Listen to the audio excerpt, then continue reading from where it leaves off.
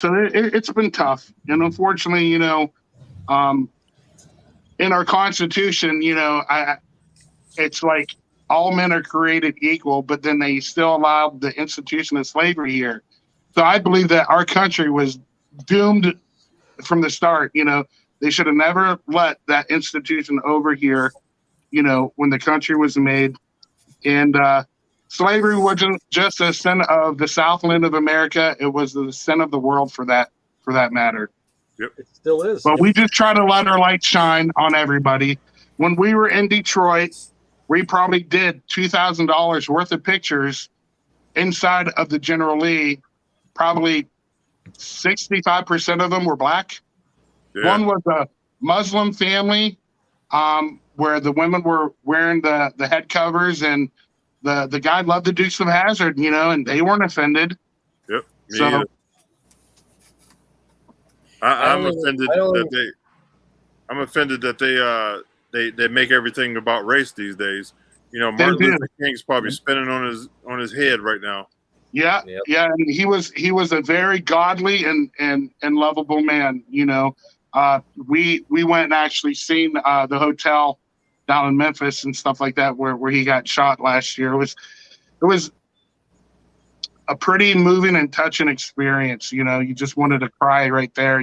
Just because of what happened. Yep. But evil comes in all shapes and colors.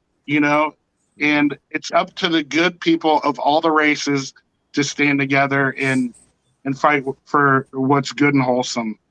Exactly. Hey, Ray, can you build a 69 Charger from scratch? Do they repop enough panels to do that? They don't build everything, no. So how much of a car do you need? Well, here's the thing. There are plenty Dodge Corvettes 68 through 70 that are laying around. They're basically the same car with different outer panels, with some of the back package tray area. But you can use one of those for a donor car. Buddy Cram out of North Carolina, where we get our junk Chargers to jump, he's done that a few times actually, because somebody wanted a General Lee, can't find Chargers anywhere. They're either too far gone, okay, or they're too expensive. Yeah. Tyler, the cars that we were jumping, in the early days, those cars are going for 15 grand. I would have made more money just selling those cars, holding them for 10 years and selling them than I've ever made jumping. Yep. Isn't that crazy? It is. That's crazy. So, but, we may not get paid a lot to do the stunt shows and whatnot, but we really don't do it for the money. That would be nice, but we do it because it's a hobby and we love the Dukes. So. Yep. So when did you first meet Tom Sarmento? Oh gosh, I've known Tom. Oh man, since 2000, 2001. And then I want to say it was Bristol, Tennessee. Dukes Fest 4, my General Lee was parked outside of Cooters amongst all kinds of other General Lees. I was inside of the store and one of the workers came up and said, I have an announcement. Tom wants to talk to the guy who owns the General Lee that's next to the road, right where the sign is. And I'm like, oh, that's my car. When I came out, Tom was like, this is your car? This is just so nice. I can't believe. Look at that grill. This is unbelievable. You really did this car right. And I felt honored, coming from Tom, who used to build the cars and work on the cars, So that was when I first had some talking with him and stuff like that. But, when I got started doing the stunts and stuff like that, we crossed paths here and there, the Good Old Boy Fest in 2019. In fact, at the end of the movie, or not at the end of the movie, but the end of the jump, in the movie, you can hear me say, Tommy Sarmento, we dedicate this to you, and whatnot. And then we were just together at Beckley, and then me and Tommy went to the Hazard Homecoming in Georgia, Covington, Georgia, where they filmed the first 5 episodes. So Tommy and I got to sit down and talk for a little while there. In fact, Where's he at? We don't know. We don't know. He didn't. I sent him the link, and he never got back to me. So I know he's probably working on a General Lee somewhere. He was either. I had word that he was either in Tennessee or Virginia, and he was going to do this on his cell phone. So maybe he couldn't connect. I don't know. I was hoping to hear. Yeah, he's old school, so he's probably the technology's probably a little hard for him. Yeah, very true. Yeah, we'll try to get him back on next week. Go to our website, motormouthradio.com. You can hear the interview we did with him Sunday, just this past Sunday. Yeah, we got like 55,000, 60,000 fans on our page. I did share the link earlier. So. Thanks. Appreciate it. Hey, guys, I'm going to have to jump off because I got some weird-looking bugs chasing me around here. I'm outside. Yeah. Okay. Well, you're the one that did it outside. I know, right? But these are like strange-looking bugs. I've never seen these ones before, so I'm kind of scared. Those are good bugs. That's just more protein, Lewis. Just more protein. Don't worry. These are the ones that didn't carry you off last week. Hey, Lewis, you got to get a pair of chopsticks and try to get them like Mr. Miyagi. Yeah, catch them by the wings. No, I'm good. Hey, folks, I appreciate everybody coming on, and you guys are welcome to stay on. Ray handles the after party. Yeah, so, and Lewis, if I get any more bright ideas about bringing a guest in, I'll be sure to let you know. All right, sounds good. Sounds good. How the track record goes. Yeah, we'll get them on. All my people I talk to, it's the busy time of the year for cars, so it's hard to get people pinned down. So true. Stick with us. We'll get some more special guests on. We'll work at it. Don't worry. Oh yeah. But we'll have interesting talks like we do every week. Yep. We had good people come on. Yep. Tyler, we'll talk about SEMA. I'm not scared to ride, man. I'm telling you. Okay. Yeah. I just ordered the rear hitch for the bus.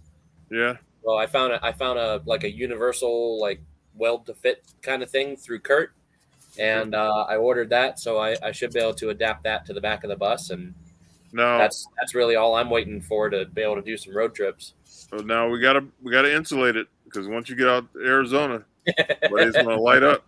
Hey, how do we get tickets to go to that? I've been wanting to go there for years. You have a shop, right? You got to know somebody who knows somebody who robbed somebody. Yeah. Well, I do. You can go to your shop. You can go online and apply for your shop. It's like $85, I think. Okay. I go media, so they make me jump through extra hoops. But they usually send my pass. I got to go pick my pass up at the gate because they don't trust me for some reason. They're like, God, this is Youngstown, Ohio. That's why. They look at the picture that you sent them, and they're like holding up a card with levels of darkness on it, and they're like, yeah, I don't know. No, sending that animated one is not the same as sending the real photo. Right. You can't make that look young like that, Lewis. I'm telling you. And listen, I'm friends with people on the board, and you know what I mean? And I still get harassed. Hey, so what you should do is for SEMA 2023, you should get the Northeast Ohio Dukes Stunt Life team there to jump Kit as a Night Rider stunt at SEMA. That'd be sweet. Why can't we do that? We have the car.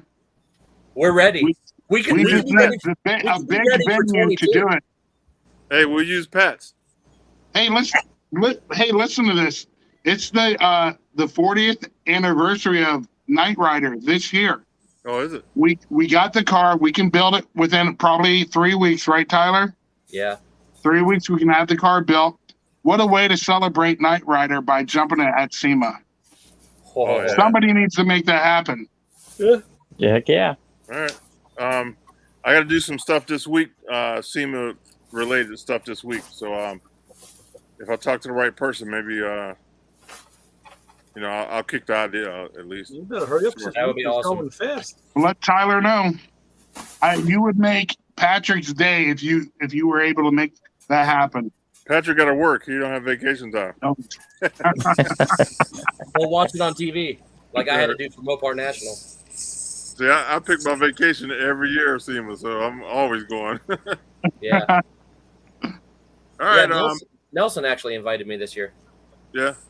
Mm-hmm. Hey, I'll tell you what, Nelson takes care of us out there, man. He feeds us, and I'm telling you, Nelson is no joke. He's a good dude. Yep. All right, guys. I'll get with you next week, and if something pops off, I'll hit you on the social media. You got it, Lewis. And hey, thank everybody for liking my post from the bus stuff I've been putting on. Yeah, I know you guys have been hitting it for me. I appreciate it. Sure thing. Yeah, It's funny that you talk about Kit because Hot Wheels just came out with the new concept Kit car. Oh wow! Oh wow! Wow. And like I said, I was like, why is this coming out? And now, because you said 40 years, this is the newest one. And like I said, it's they also came out with original version, the original Kit. And what was the bad car? Car. Yeah. Car. Was it car? K-A-R-R. Yeah. The night automated roving robot. Yeah. And so now it's starting to make. See, you learned something tonight, even on lane of traffic. You want to hear something very interesting? A friend of mine, his name is Joe Huth. He's from Hermitage, PA. He owns an original Knight Rider car left over from the TV show. It was just featured not too long ago on Jay Leno's Garage. Oh, yeah? Well, Joe and another friend of his found the Knight Rider semi-truck and trailer. And they found the truck first, bought it on the West Coast, brought it back, and then they found the trailer a couple months ago, and it actually just got delivered. So those two items are reunited now. We just had to put the axles underneath the tractor part of it, but pretty soon that will be restored to what it used to look like on the TV show. Nice. Very cool. Wow. That's exciting, exciting, funny, really. Because, like I said, I was like, oh, yeah, look at this concept, blah, blah, blah. And I was like, I wonder what's going on. And now it's kind of, maybe there'll be a movie coming out or something. Probably. There's rumors of a movie. Yep. That'd be sweet. Well, all right, guys. I'll see you later. All right, Lewis. See you, man. See you, Lewis. One before he dies. That's the thing now, Tom Cruise is remaking all his old movies. I heard someone mentioned a rumor of maybe a Days of Thunder remake being in the. Really? The workings, yeah. Because they're all still around, even Robert Duvall. So. Yeah. So Tyler, give us the rundown on the big show last weekend. Big show last week. I'm sorry. I'm looking at Justin. I'm saying Tyler. Justin, your big show from last. Yeah, went really well. I think we probably had a little over 100 cars registered. Probably another 20 or so that just showed up, kind of trickled in and out throughout the day. Yeah, great as always. Beautiful weather. Like I said, ton of cars. Everybody had a good time. And you had the Gangsta Lincoln in the show? Yes, I did. Yeah, I do think I need to invest in more 3-piece suits driving around in that car. Yep. Yeah. A little more pinstripe suits and right. The hat with the feather in it, right? Yep. It's that kind of car.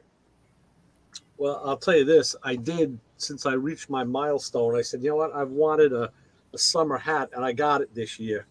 There we go. Look at that. Now I got myself my summer hat. And my kids say, Dad, you look Cuban. I'm like, there you go. Look at that. Oh, I got one of those too. That's for doing yard work. Yep. Yeah. the Mopar. This has got the drop down. Hold on. It's not quick deploy. Oh, yeah. The sun shield in the back. Yeah. It's important. Keeps that neck from getting red. Yeah. Yep. I got this at Mopar Nationals when we were down there for the stunt because I foolishly didn't bring a hat and I was going to look like a lobster. Yeah. So rock lobster. Wow. Yeah, that's funny. So Justin, do you typically get new jobs when you do a show like that, or is it basically all your old clientele just comes back to hang out? We might get one or two small things here or there. All right. We probably get more from going to a show. Like a couple weeks ago, we went to a big show up in St. Ignace. And there's people from different parts of the country over there. We might get a couple jobs out of that. We have a handful of shows. Autorama usually brings one or two. Well, yeah, seeing the amount of cars in your shop, you really can't take too many more new jobs at a time anyway, because you guys are always packed. It's tough. I think we got in 6 cars this week. Wow. Yeah. So, little stuff, big stuff. I mean, it's been everything. A guy dropped off a Gremlin. Okay. We're going to be redoing a Gremlin. Another V8 one? swap. Yeah. Is that going to be a traditional V8, or is that going to be we're going to put a Hemi in it? No, that one's just traditional. He's got I think a 340 AMC. Like what he was saying. Right. That'd be cool little build.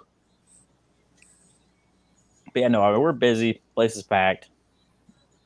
It's another day of fun. They just got me more parts today, and I went in to check them out in inventory, and I said, yeah, but I'm not doing that. It's too hot to work in here. This shop is hot, man. We did that the other night. We every once in a while we'll stay around and work on my boss's car that we're building, and we were gonna do that Tuesday, and it's like got to the end of the day, like, you know what? It's a good time to go home. Yeah. Jump in the pool. Right. Yeah. I've been going to my pool 11 o'clock at night. It's like 80 degrees out. The pool is warm. Like, oh, this is great. Up by moonlight, you know? Yep. Yeah, it's been hot. Yeah. I may hit it again tonight. So I was working today on a axe throwing trailer. Throwing trailer. Okay. Yeah, guy.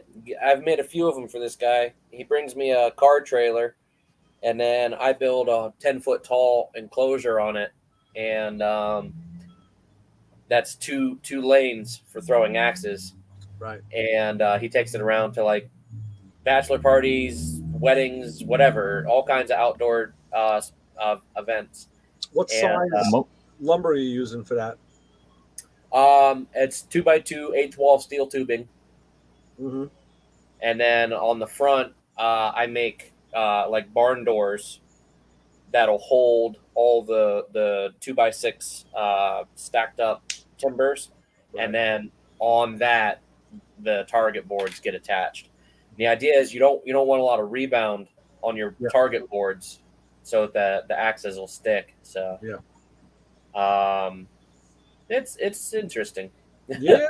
But the reason they're built on barn doors is so that they can open and create a wind tunnel for lower wind resistance, because there's no reason for the thing to be a 10-foot tall wind sail. I mean, yeah, right. No, good point. And I'll tell you this, for being a competitive dart player back in the day, I mean, we played some bars, and they always stick the dartboard in a corner. But there was this one bar, we noticed like the darts are like curving, like it was the air conditioner doing it. It wasn't right on top of us, but the air current of the AC was catching those darts and making them fly, because they are, made to fly. Yeah. So, yeah, that's cool. I've never did axe throwing though.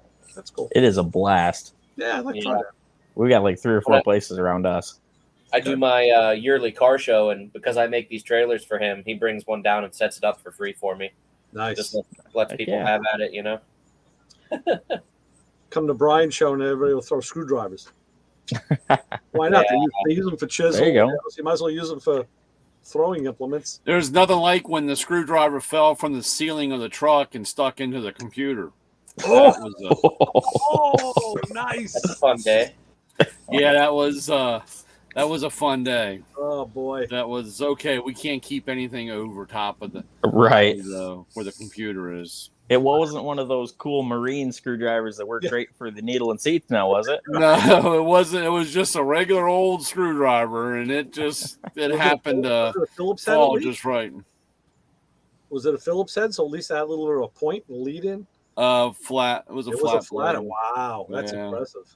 Yeah. So. Because it's not a lot of height, so you don't have a lot of velocity. But no, it didn't take. And it's actually kind of funny. I can't show you on this, but I've got 2 indentations on this computer where something's fallen. Either a socket or something, and it has hit this and cracked the. I'll have to take a picture and send it to you guys because my I still have my laptop that I used on my tool truck, and right beside the mouse pad, there is a crack in the plastic from I want to say it was a ratchet that fell. Yeah. It's crazy.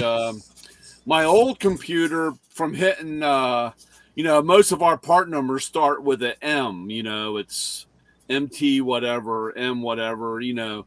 And the M button fell off. And because of hitting $20 or 20, whatever, the 2 was gone. And it was so funny with that computer. That computer was really beat up. I mean, I got my money out of that computer. And I was going to a show, a tool expo, and they had a court, like I said, it was something, about buying a computer there at the show. You get at a price, and you bring your computer, and we can download and change everything over, and you have your new computer, blah blah blah. So I go on to the airport, and I got the computer, right, and of course, I guess somewhere before I had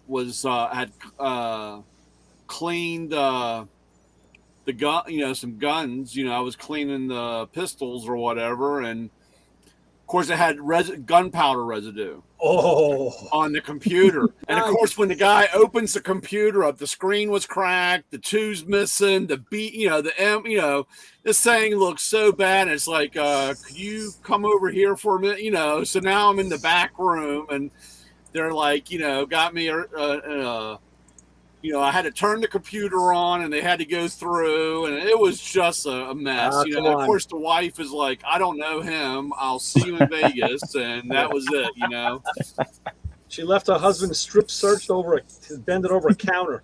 Yeah, it wasn't. I was like, you got to be kidding. Guys. This thing looks like, I said, look, I'm getting a new computer. This is my work computer. And of course, they found gunpowder residue, and I'm missing the M. And, I mean, and it had a cracked screen. I mean, this thing was in bad shape, So it was a hell of a moment there. Nice. So, but it was funny. Wow. So Raymond kind of dipped out on us, but he said he had to leave. So okay, yeah, it was good seeing him. Yeah, I had a Dukes of Hazzard moment in the old Mustang. I think that we counted out from where the beginning of the hill and where the headers scraped the ground, because I actually shifted into 3rd gear in air. Oh wow! You could hear the RPMs go, and it was like 24 feet. How far from where it went, and where I had shaved the bottom of the headers off, and the shock had gone through the shock tower, and and put a dent in the hood when I landed. So that was and just like you said, I was ready to do it again. I mean, I was like, let's do this again. I mean, that was unbelievable in the old. Now you see. That repair that you have to do on that you had to do on that shock tower is exactly what I have to do on my Fiat, because the shock punched through the metal. Yeah, well, on the Fords they had a little have a little U-shaped cap that bolts, right? And I pulled all that right out, so it was real easy. I went down to Crazy Ray's, found another U-shape, and it was back in business. We were back in business. It wasn't any kind of real fabricating or rewelding, but that was a hell of a hit. Well, with that, the bolts ripped through the shock tower? Yeah. So those holes had to be bigger. Would you just use bigger washers? Yeah, of course, Ray. Come on. Just checking. Making sure. That's what they make the bigger washers for. Yeah, that's why they have bigger washers. I mean, that's, Fender washers. Yeah, Right. fender washers. Yeah. That's kind of what I'm going to use to fix this hole in the Fiat. I'm going to use a big washer and just weld it in. I just got to get in there. Yeah. It's too hot to work in the driveway. That's Just like. remember, washers are usually made out of like pretty soft cheese grade metal. Yeah. Yeah, I you got have thick to. ones though, nice thick, like they're at least 1/8 inch thick. You need to find like. You need to find like a spacer for an alternator and have them cut off of that because that would be harder metal. Yeah. Spacer like a fan spacer? Well, actually, I've got a couple. I found some really nice steel bushings today. It was I tell you, I have a really bad habit. Yeah. But you just got to find, you got to be careful with some washer washers. You got to. Well, this has to be figure like the size of the washer that captures the shock bushing. Yeah. So that came clear through. So I have a hole that big. So I need something bigger that the bushings can now sit on top and bottom of. And I have something. I found something in I got a bin just with like big ass. It says big ass washers. I just kind of rooted through it, and I said, hey, this might work. Yeah. So.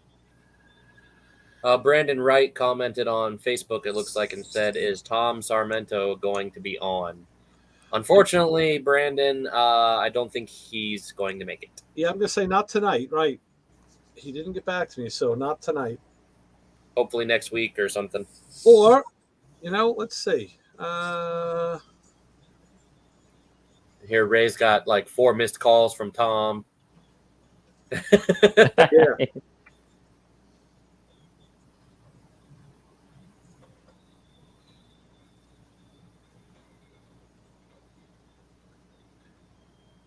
Okay. I'll post that. Go to our website, motormouthradio.com. You can hear the interview we had Tom on Sunday. And and it was cool because we talked afterwards again on the phone. And he says, "Wow, that was really fun. I forgot how much fun you guys were." And I'm not saying that to inflate myself. It's just I think it's the style that we work in. Because I watched a few YouTube videos where he just did something with a couple of radio stations, and I guess what, and I know what it is. The guys that don't know him or aren't in that world, they'll study, and as an interviewer, you have to do your research. So you'll study and get some facts and figures and ask some questions. And just kind of, keep the interview going along. But with Tom, since we know him, it's like talking with you guys. We just have a conversation and we can talk about, older stuff or whatever. And he's like, I guess now he's been doing some more of those formal interviews and seeing, it's kind of nice when you come back with your friends and you can talk and just be yourself. Yeah. Not that he's not himself with them, just that, you can be a lot more relaxed. Oh, Brian, that's nasty. That's nasty, baby. Yeah, I know. I've enjoyed every time I've been on your show. Yeah. Oh yeah. That's kind of how we do it. That's the rule. It's like we're not going to be like stuck up about it. And and don't get me wrong. I've interviewed some people who I didn't know, and the interviews sometimes start that way because you have to it's like a dance. You have to feel each other out. You have to see where the comfort level is. Some people are definitely not comfortable the first time they're on the air. They're very self-conscious. And that's what I tell them, you know what? Let's get you back for another interview. And when they come back for the second one, it's always easier. It's always easier. So that's just the human condition, I guess. Yeah. So I started doing announcing for the stunt team. That's how I got involved initially. Oh, cool. During the live shows, and back when I started, they didn't have nothing was pre-recorded. Everything was done live. So I had a script. I had narrator parts to read. I had all that stuff, and it was a lot of pressure. I grew up doing public speaking stuff as a kid, but not to a grandstand full of 8,000 people. So It wasn't until like my third show with the team that I was working with a DJ. He was playing music during like intermissions and stuff, and he kept like prodding me. He's like, "You got to talk to people more. You know, you got to engage more." And I was like, "Well, I don't know what to say." He says, "It doesn't matter what you say. They expect to hear you talk. It doesn't matter if you sound like an idiot or you're babbling or whatever. They expect to hear you talk." So that really helped me quite a bit. And you just try to avoid dead air. You know, like if you needed to go do something out of the sound booth or whatever, play a couple music pieces, you know, a couple songs, whatever, but talk to people and let them know what's going on. That's the same thing in the radio world. Dead air is your enemy. But what happens is sometimes we'll have a failure or a problem in the studio with some of the equipment, and now it's happened a lot recently, in fact, and now you got to troubleshoot this thing in the studio. You know, I have to convey what's going on. Usually the girl who's running the station that day, she'll come in and I have to kind of explain to her what's going on. You know, so I got to kill my mic. And now luckily that's where having a good co-host comes in if you're that fortunate, because I do. And Chris, even though he's off site, we can read each other and he'll know when to start talking. It's like, okay, you know, I'm busy. He'll just start talking about anything. You know, well, that's when Ray calls me. Ray texts me and says, "You got a few minutes?" Because I'm good killing. I can babble pretty good. You know? It's just like, we got to kill 45 seconds. Give a call in, you know? Exactly. And that's how it works. You know, it's that art of working on the fly. You know, you got to be able to, and that comes as a comfort level. You got to be comfortable enough to do that. Right. It still kind of makes you tingle a little. You're like, oh shit, what's going on? You know, because you want to fix it. Like we had problems in the beginning where we were having a heavy echo. I would start the show and introduce my co-host, and there was this heavy echo, and we didn't know what the hell it was. I found out through subsequent testing, he's on a Zoom call, and the microphone icon on his Zoom screen has to be muted. It's like what happens with Lewis now. If any of us look at a YouTube feed while we're on this, it'll feed back. Right. But until we figured that out. Yeah, because this application is really good at muting itself, right? Yeah. The canceling its own echo out. Right. But you introduce any other audio output and it gets confused. Correct. So and all the programs are a little different. They all do things a little differently. So, you know, it's that kind of working on the fly that but I'll tell you one thing, once I learn that, I'll never forget it. Yep. You know, it's crazy. Really, yeah, that's what I picked up over the years of doing the live announcing thing. Is you just talk to him. Yeah, I try to look out. Usually, it works best if I'm facing the crowd, which we try to set it up that way so that I like to be in a position where I can see behind over where the stage is, like our ready area. I can see what's going on over there. So I know if I see like people rushing around and, you know, scurrying and stuff like that, we're probably not ready when the song ends in 18 seconds to send the next set of cars in, you know?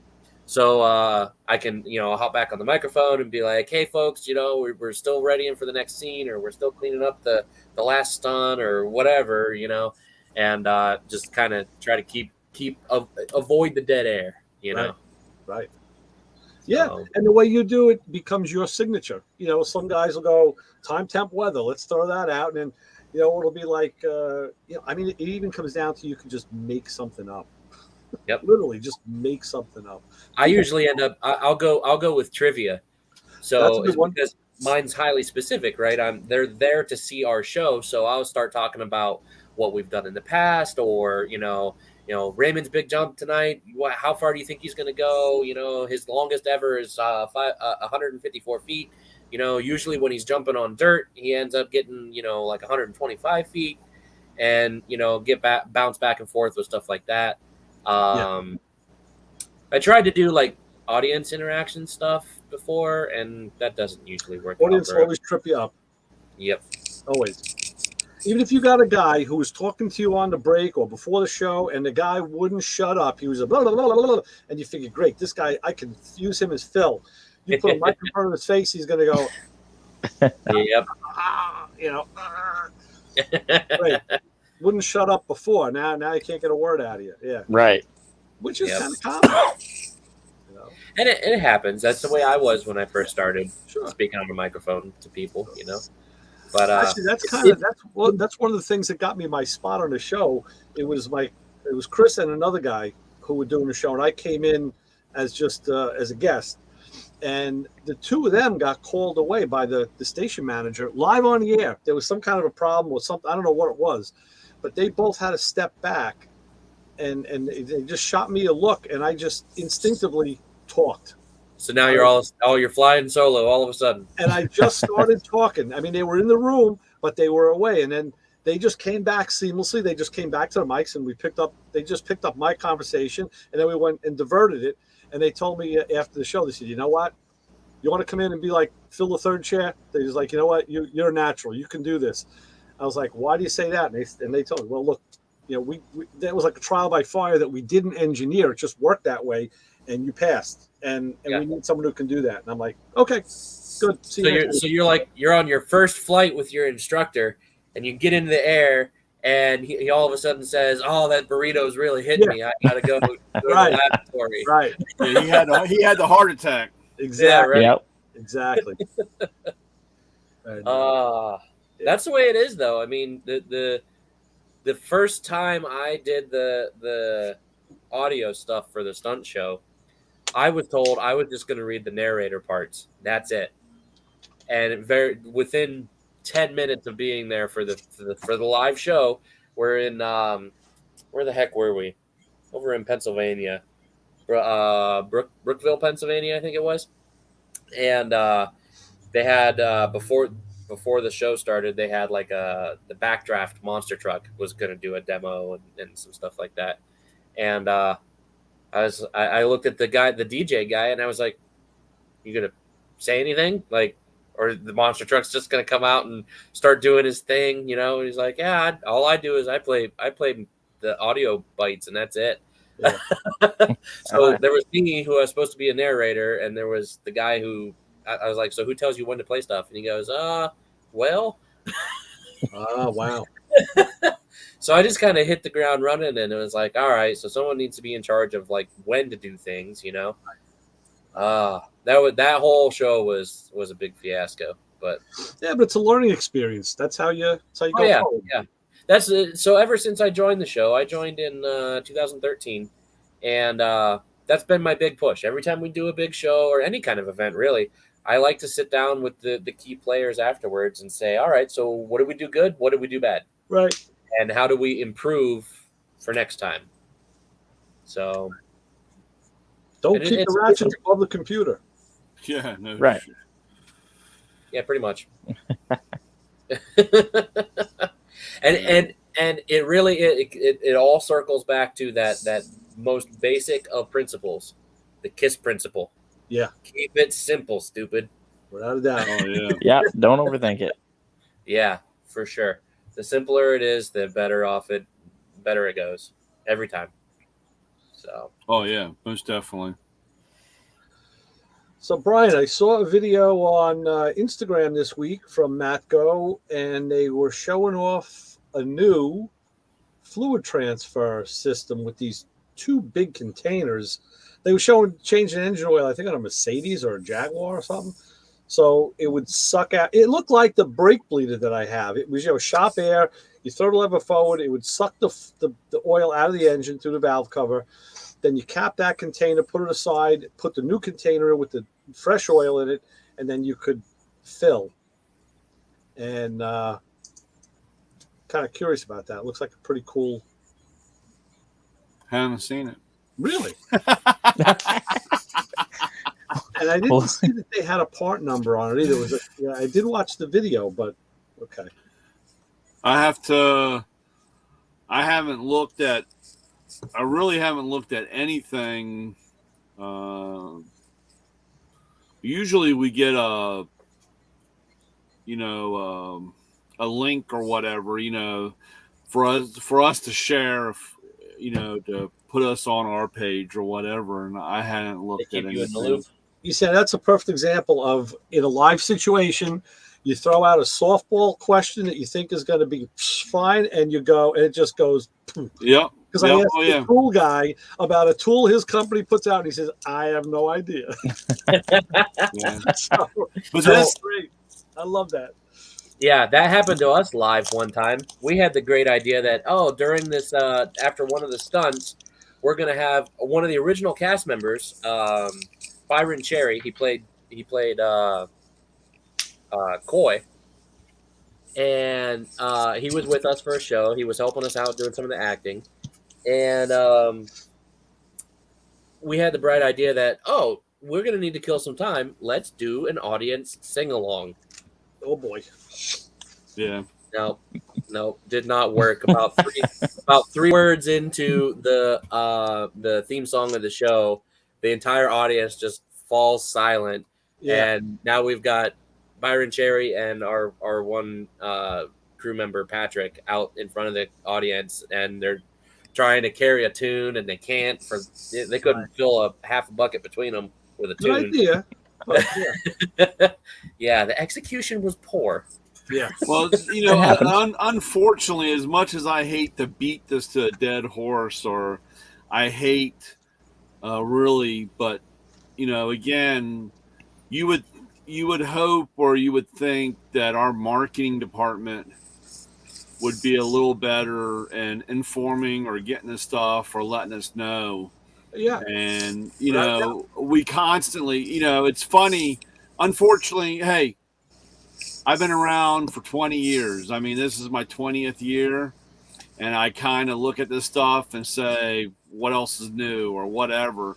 And it's always funny when we get a new guy and they're like, well, why don't they tell us this stuff? And I was like, dude, you haven't even begun to see the beginning of the end of this, because some of the most ridiculous stuff, or they go through, and again, Ray will get a video of something and we have no concept of it or any idea. That's why I constantly laugh when we do have. It's like our we just came out with a version of Shop Boss for our scanners for shop maintenance, shop management, right, between ROs and your profitability and keeping tracks of your RO and all that stuff. And when we went to the meeting last night, they were talking about, we're going to blast this on Facebook and all our social media. And we have this 360-degree thing. And I'm just like, okay, but you're going to send us 15 or 20 flyers to hand out to, our 200 shops that we go to. So, it's just, I don't want to, like I said, I don't understand. It's just like our app thing. Our app thing so that we can become one, and they give us a flyer that doesn't even show the download for the app. It tells you where to go, but it told me where to go. Yeah, because it let me set up an account, it let me register it. And I was using a password, and all of a sudden now it doesn't recognize me. It won't let me sign in, and then when I try to make a new account, it says, "Oh no, that user already exists." I'm like, who do I grab and shake? Yeah. Let me see. I just found Mako's Instagram page. Let's see if I can find that tool. Of course, now I probably won't. No, it's not showing up. It's usually how it goes. Yeah. Yeah. Well, I just open Instagram. I look at my top bar. You see all the icons for people you follow. I got Mac Tools is up there. Snap-on's up there. Mako isn't up there. Like, what? Why? Always the one I want isn't up there. I had to go and search for it. That's what... That forgetting stuff is what I did this past week when the Matco guy came in. It was that screwdriver we talked about. I finally remembered before I stepped off the truck. Right. Oh, yeah? Did he order you up one? Yep, he sure did.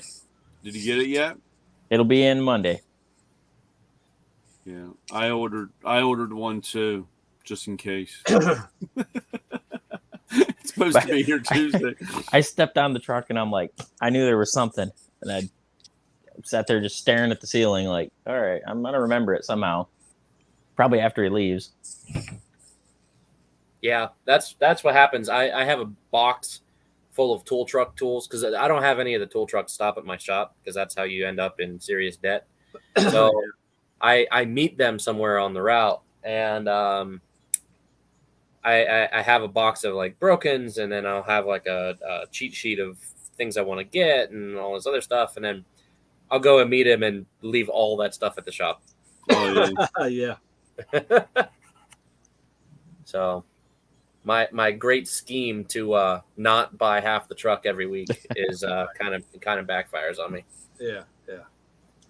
Well, you're still not buying half the truck every week, so This is true. Yeah. Except then when I go and I'm like, well, I could have you replace this under warranty, but I didn't bring it and I really need it today, so I'm just buy a gonna new buy one. the third one. Yeah. Fourth or whatever. Yeah, I've done that a few times. Mm-hmm. yeah. So when I worked at the truck garage, I used to have a third time rule. So I'd borrow it the first time. I've heard that. I would borrow it the second time, and if I needed it a third time, then I'd buy it. Right. And it's amazing how many times in my career I've only done 3 of a certain job.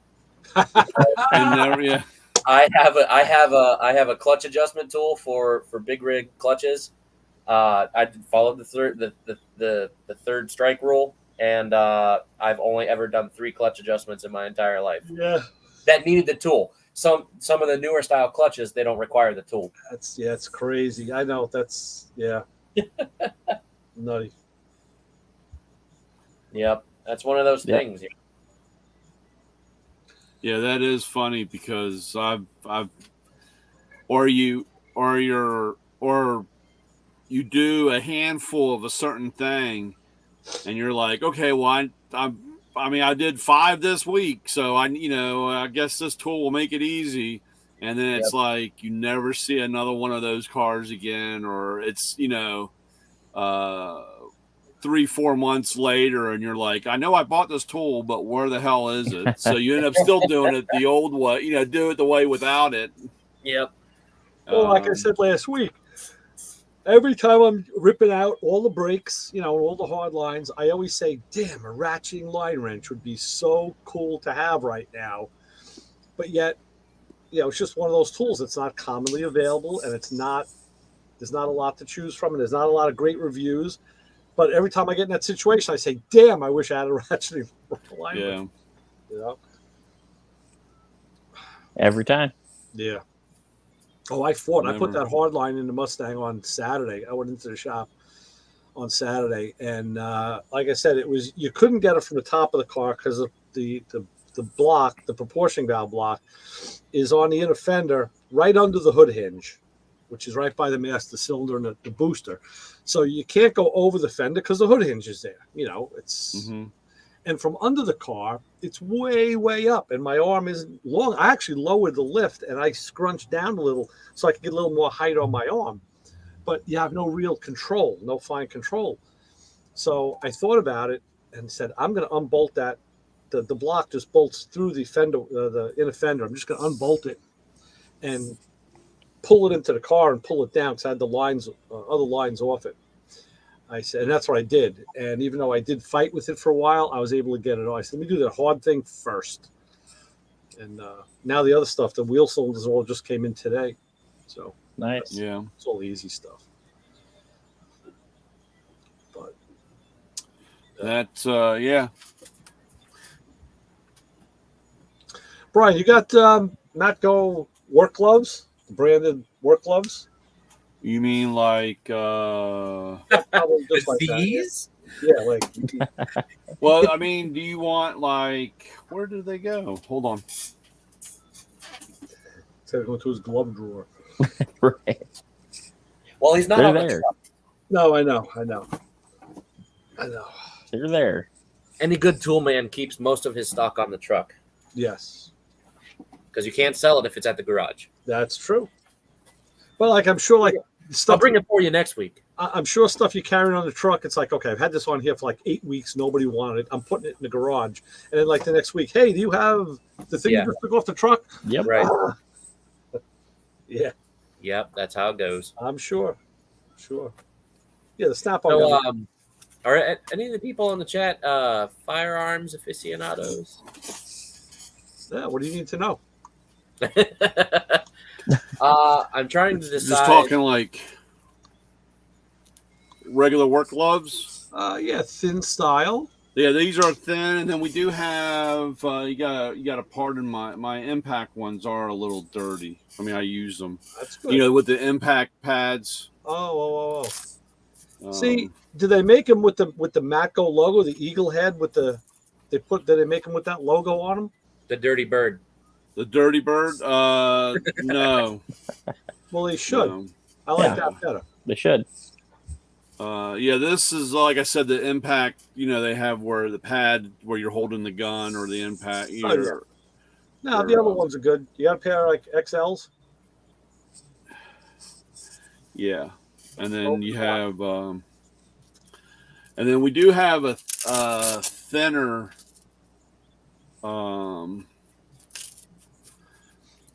You think extra large because the only problem. I think every time I put on a large, I can't get my hands in them. So, the only problem, well, for me, because these are, where are they? These are like, where's the size? I can tell you what I tell a guy at the auto parts store. Give me one of each. I'll send you back the one that doesn't work. Yeah, well, we could do that. I do that all the time too. Because these are actually mediums, and they are tight. On me, but because of the way they reach to the end of the finger, right? You know, sometimes when you have if I wear a large, the ends of the fingers have a little dipple on them, and so that when you're doing something, you're not touching the finger. Fingers. You know, I don't have those long bass player fingers. I don't have the fingers. It's just that I guess my hand is wide.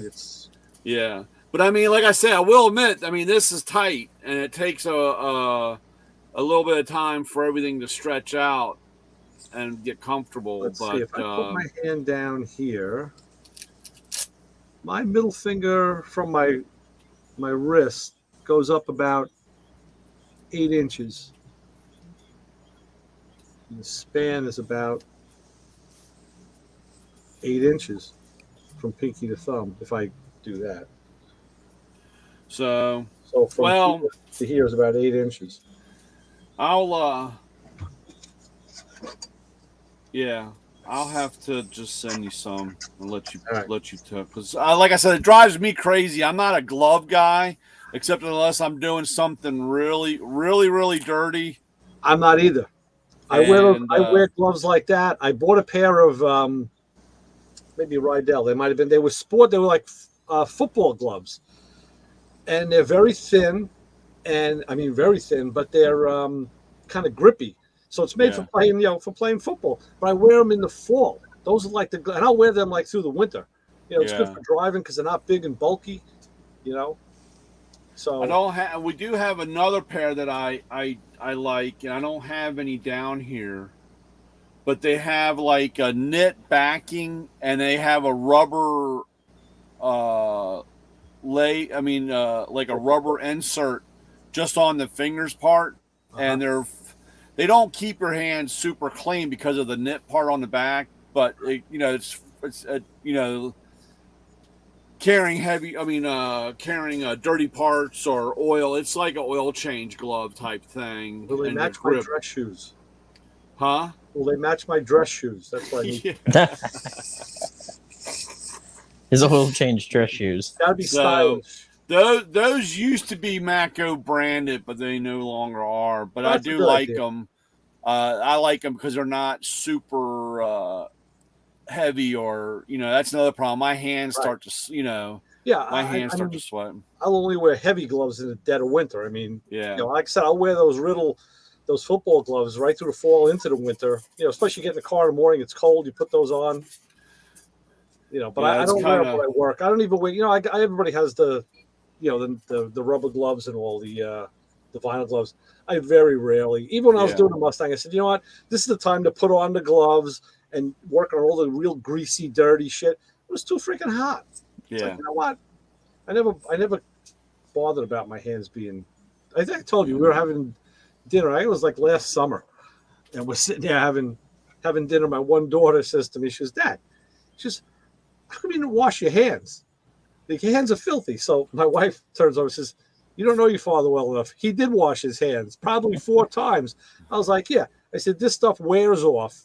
You know, the layers of skin wear off with this. That's in the callus. That stuff, like, it's in there for a couple weeks. Oh, yeah. Yeah. It's amazing. It's amazing how dirty I still get. Yeah. So I'm a firm believer that you can tell the experienced guys from the inexperienced guys in the shop by how clean they are at the end of the day.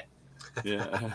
Well, I don't know. I can argue that to a point because I'm a very clean worker.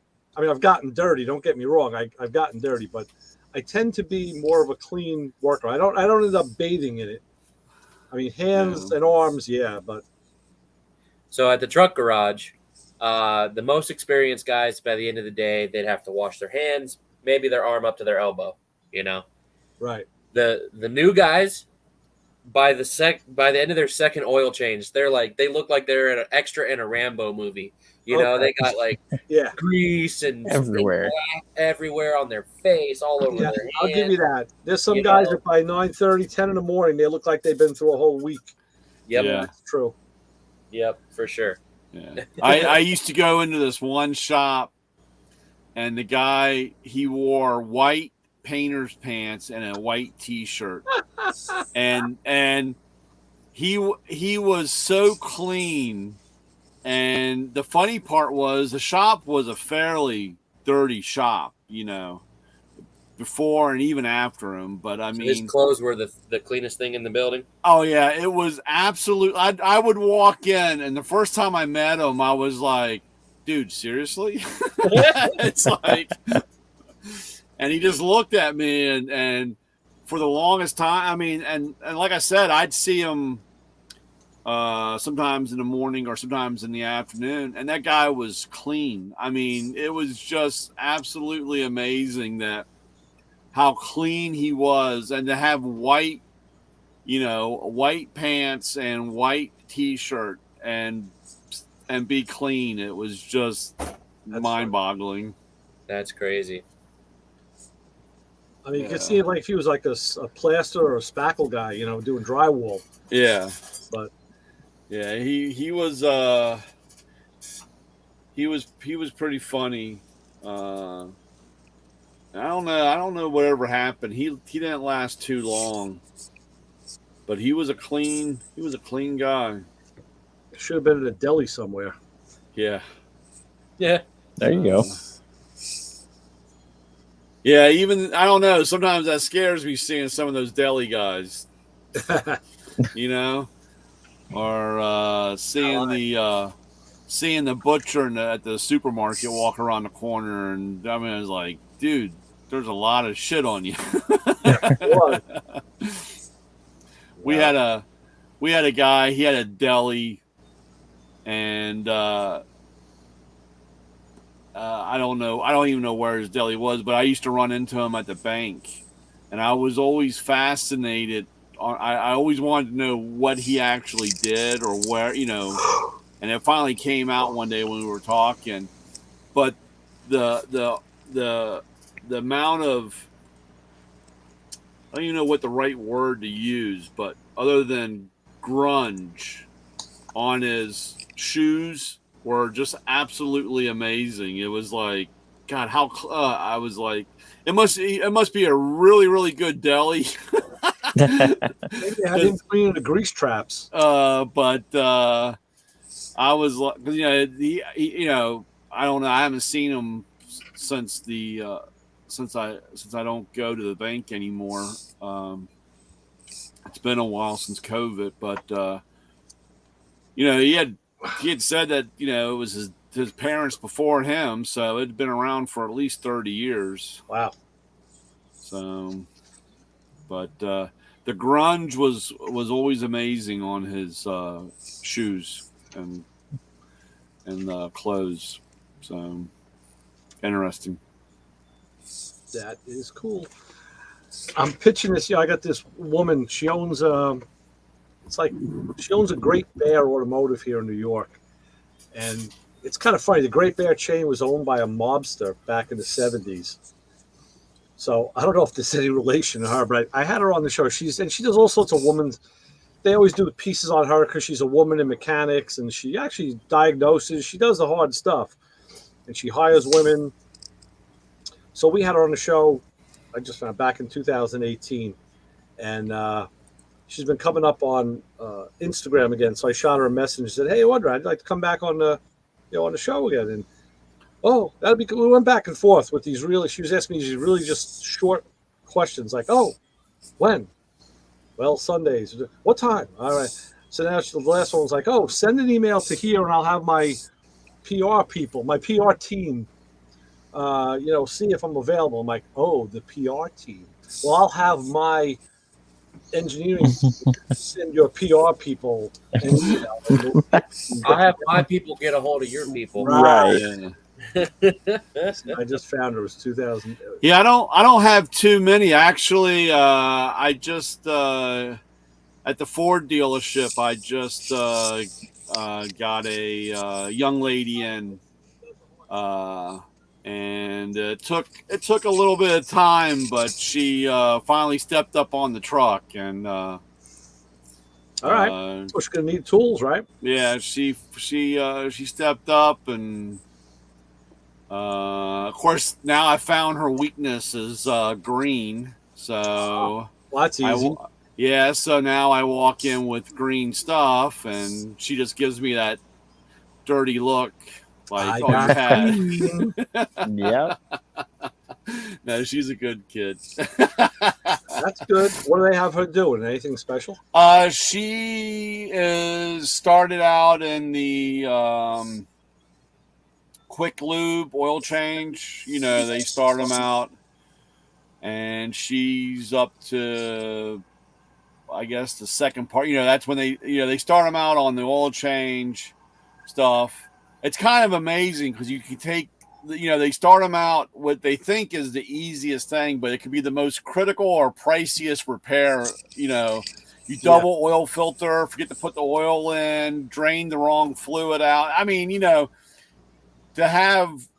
do an oil change is just not, it's just an oil change. You got to really watch what's happening. They're going to overfill, or, I mean, there's so many things that can cause such permanent damage, right? But they move them up from oil change, and then they get into brakes and tire stuff, and then they get them to work with somebody and start training. I'll never forget when I worked at a shop. This was in between my times at the dealership. I went in. We were waiting for the owner one day, and he shows up, and this was like 30 years ago. This was quite a while ago, and he comes up, and he's got 4 guys in the car, real Mexicans. I mean, these are real day helpers. I mean, this isn't like today's stuff. This was real at that time, and I was like, "Hey, what's these guys?" Majestic. I said, "What's going on with these guys?" And they said, "Oh, they're going to do the oil changes. They're going to relieve you of doing oil changes, and that way you could do other things instead of messing around with the oil changes." And I was like, "Seriously?" I said, "Well, they don't have any tools." "Well, they can use yours." No. Yeah, well, I don't think that's going to work, but okay. So then it was, unfortunately, the way the shop was laid out, they had to drive through my bay to get out, because it was one of the, just the way it was laid out. So, one day, car comes through and it's dripping the oil, and I was like, "Hey, you might want to stop that guy because that oil wasn't there before, and now it's there." And he's running halfway down the street, and of course, you double oil filter. And I was like, "So this is good. This is good fundamental business here. You're going to let some guy has no idea, and you're going to do the most crucial thing. I mean, the cheapest thing that could be the most expensive repair." Yeah, a good old double gasket on the oil filter. Double gasket. The most expensive failures. Yeah. Or I liked. They had a 911 in there, and he goes, I said, you want to poke a hole in the oil filter and blow the oil out because the oil filter's upside down. And of course, when you take the oil filter out, you got a quart and whatever pour out all over top of the engine. And, being air cooled, it gets all down in the vents and the fins. And, it's just a mess. Then it smells like a oil refinery for the rest of its life. Oh, yeah. I mean, and so, of course, I was like, the guy pulls the oil filter off. And, of course, being careful and graceful, it's like pull it off and hold it upside down a little longer. Like, is that oil supposed to come out? And it's like, geez. And of course, the customer's waiting, and now you got to try to clean all this stuff off. So you used 37 cans of brake clean. So much for saving money and not, doing it the way it should be done. But that's my 2 cents on hired help for those situations. That's funny. Yeah. So Justin, how do you guys deal with new guys in the shop? Have you had many recently? We've recently, no, unfortunately.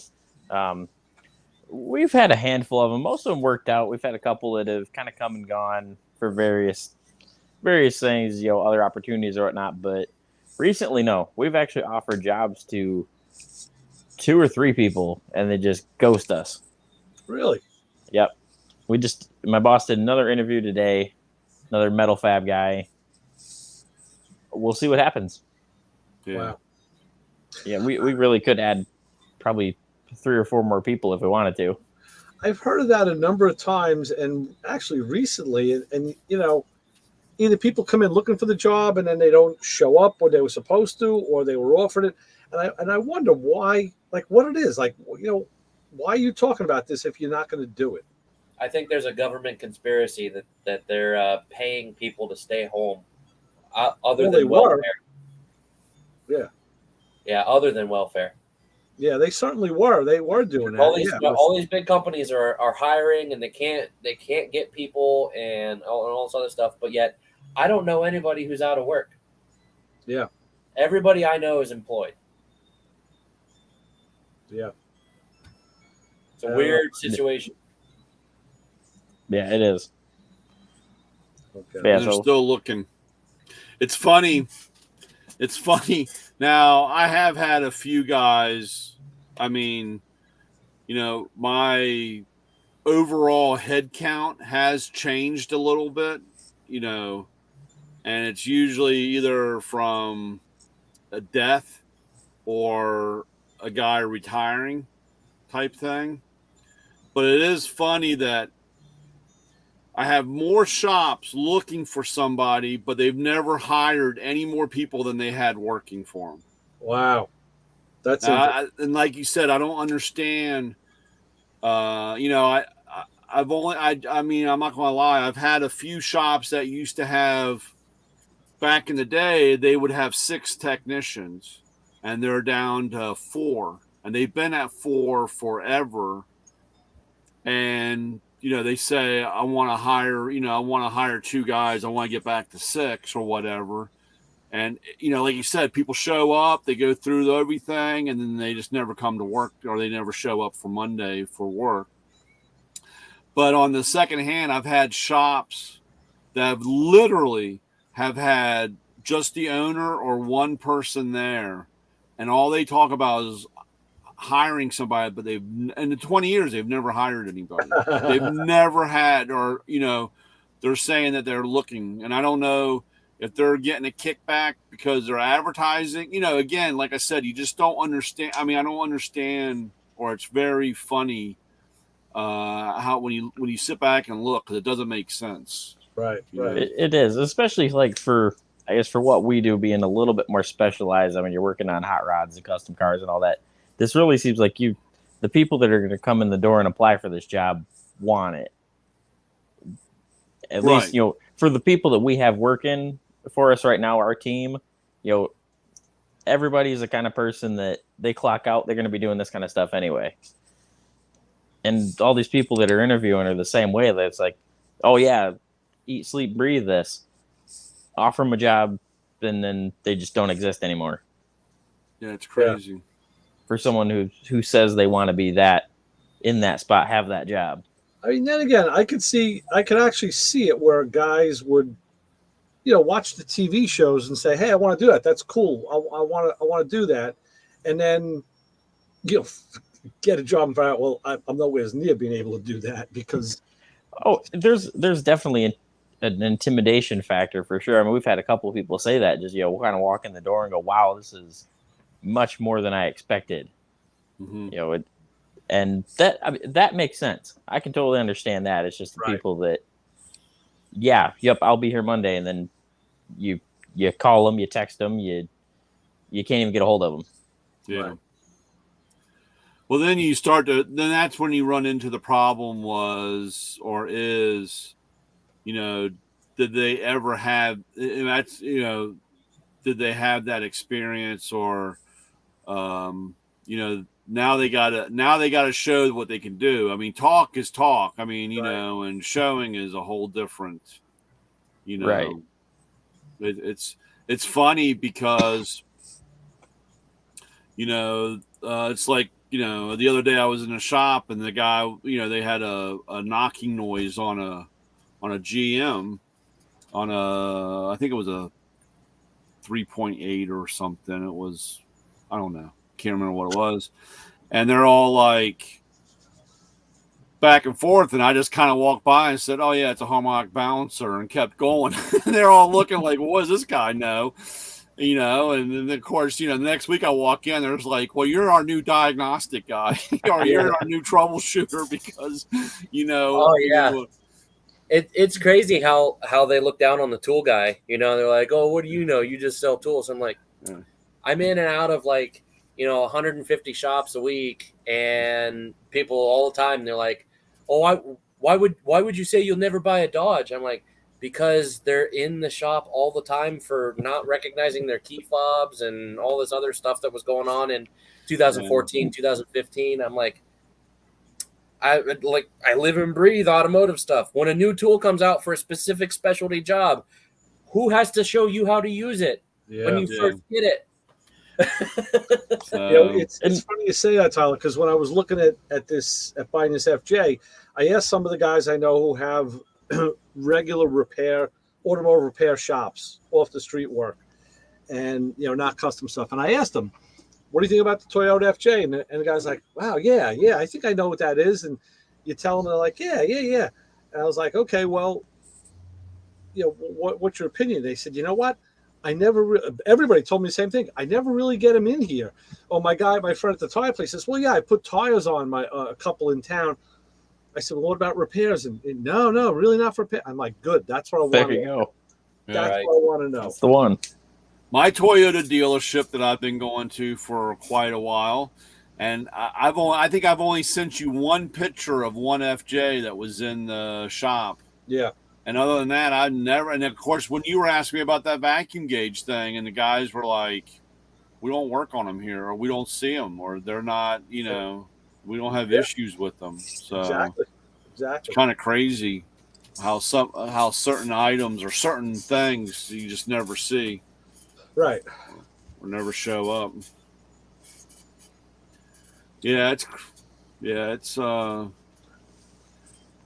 just no respect. Like Roddy Dangerfield there. No respect. No respect. No respect. No. Yep. Yeah, what do I know?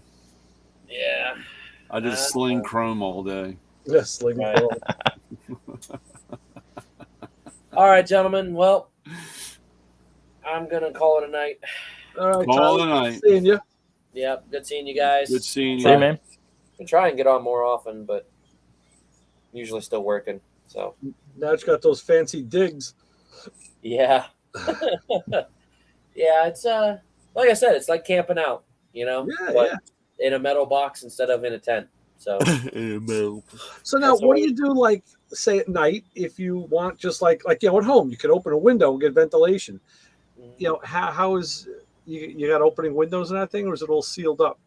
It's all sealed up. Like, these windows do open. They swing out. They're emergency exits is what they are. Okay. So they've got a latch at the 3 of them on each side, have a latch at the bottom, and then you can swing them out. And if you push them out, like I think it's like 45 degrees or so, they'll come off the top track and then they'll just fall away. But yeah, so you got to be careful about that.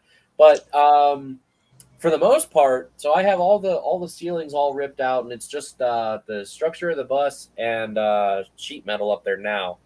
So when the sun is directly on the roof, it gets pretty warm in here. That's like a radiator, you know. Yeah.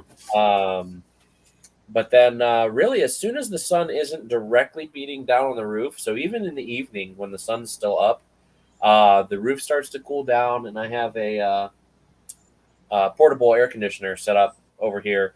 So between that and a fan in the back to circulate the air around, it stays pretty comfortable in here.